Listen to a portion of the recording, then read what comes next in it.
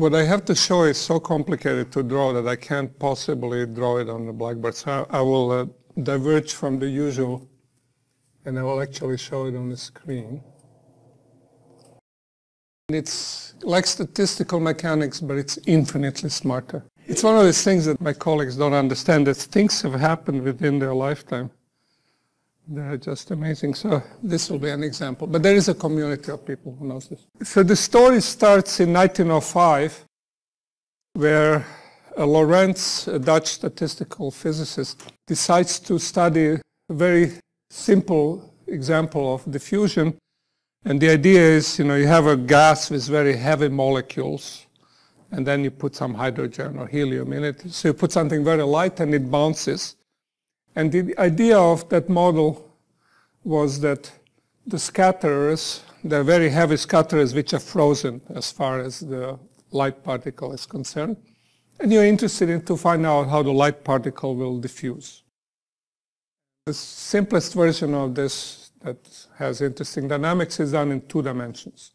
So you can imagine you have a table, no friction, bunch of disks, and perfect elastic reflection.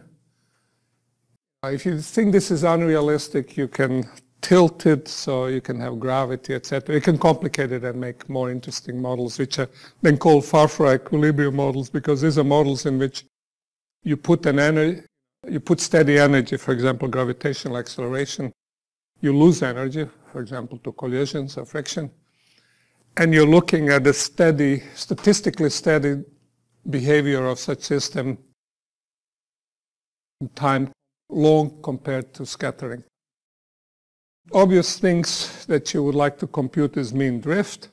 So if you have some field applied to this, for example, model for conductivity, transport in a metal, so-called Drude model, then you would apply electrical field. And if there's some dissipation, you would get mean velocity. You would study something like that. And then, obviously, as this thing scatters, it doesn't go in a straight line.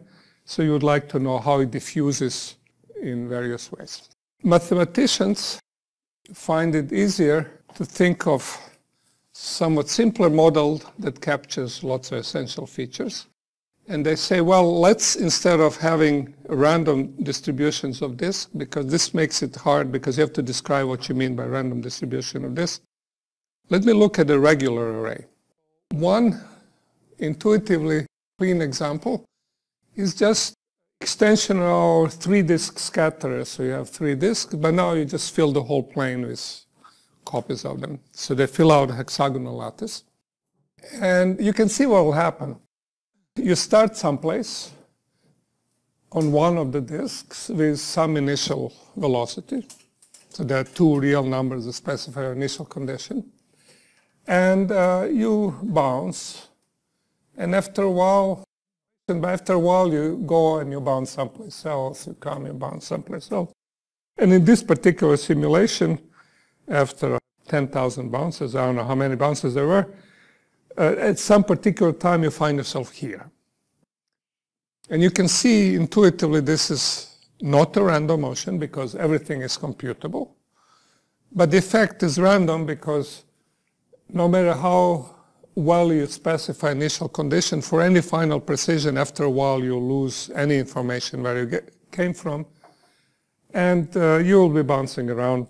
Now the mean velocity would be this distance. So you might have gone a mile, but you're maybe only 100 meters away if you think in both sets of units. And so that would be an example of mean velocity. But then you can see that if I have a trajectory that lands there, there will be a trajectory obtained by flipping the lattice that lands there. So I'll be equally likely to be same distance elsewhere. So you can intuitively see that even though any particular simulation looks very non-isotropic, the average over many simulations, and that's what we'll be doing because we average in the state space. We start every place on this disk with every possible angle. That will have to average to 0. We can use our tricks. So for example, we can decide to look at hexagon of plus a disk in the center from this whole array. We can label them. This particular thing is actually an example of pruning front, a border of what's allowed. But in this visualization, it's extremely hard to understand this. You have to do it in Poincaré section, as I explained before. So there is one tangential trajectory, and going this way you bounce like that, going this way you bounce like that for finite time. So for few bounces, if you're here, you can basically go 12 different places because you can end up on any one of these 6 disks. Or you can sneak in between and hit the next disk, and that's all you can do. So you can see you'll have an alphabet of 12 letters saying I start here, and trajectory, I'll be able to count it like I did it for 3 disks. I'll have some names for these disks as I go further and further, and I can label them. But you can do much better than that, and that we already know because we have learned that whenever we have a symmetry, we should reduce it. This thing cries out for symmetry reduction. It's a non-trivial example where you understand everything about symmetry reduction still. Let's see what would symmetry reduction be. See, when I look in this array and I start someplace, I bounce a few times, I can define elementary cell guided by what we know from condensed matter physics, from crystallography. And I can see that this thing with its neighborhood, so if I just take mean distance between the disks, that'll give me a hexagon because there are 6 disks. On the other side is the next disk.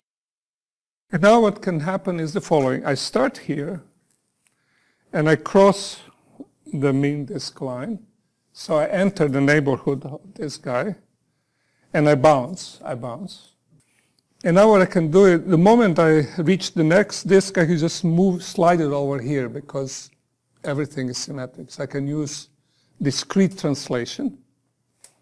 And when I do that, the thing that left out here re-enters on this side. So if you understand this part of the picture, you understand almost everything. So basically, whenever you exit on this side, you re-enter on that side. So the elementary domain is triply periodic in some way that this line is identical to that one, this one, this one to that one. So now this trajectory here, you can now follow it. You bounce, you come, but that means you have to re-enter. That's this part here. You bounce, now you exit again. You have to shift, so you go this way. You re-enter. You go up to here. You enter here again in the neighborhood of this guy. Continue. And now re-enter on that side because now I have to slide this way, and so on. So if I know what the motion is, fundamental domain is, I know what the motion is in a full space. That's called reconstruction equation. Because if I do this bouncing, exit, enter, every time I do this, I'm doing one of the 3 possible translations. So if I keep track of these translations, I can always go from this representation of dynamics to that one. Now I'll do it again, same thing as before, but so what's the dynamics on elementary cell?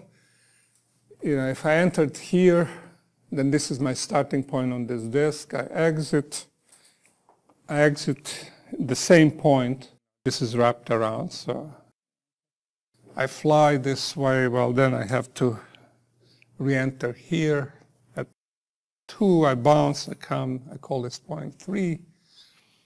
And that point, it's this one, yeah. It goes there and exits here, etc. So you can see, you can be in this little compact world or you can be in a huge world.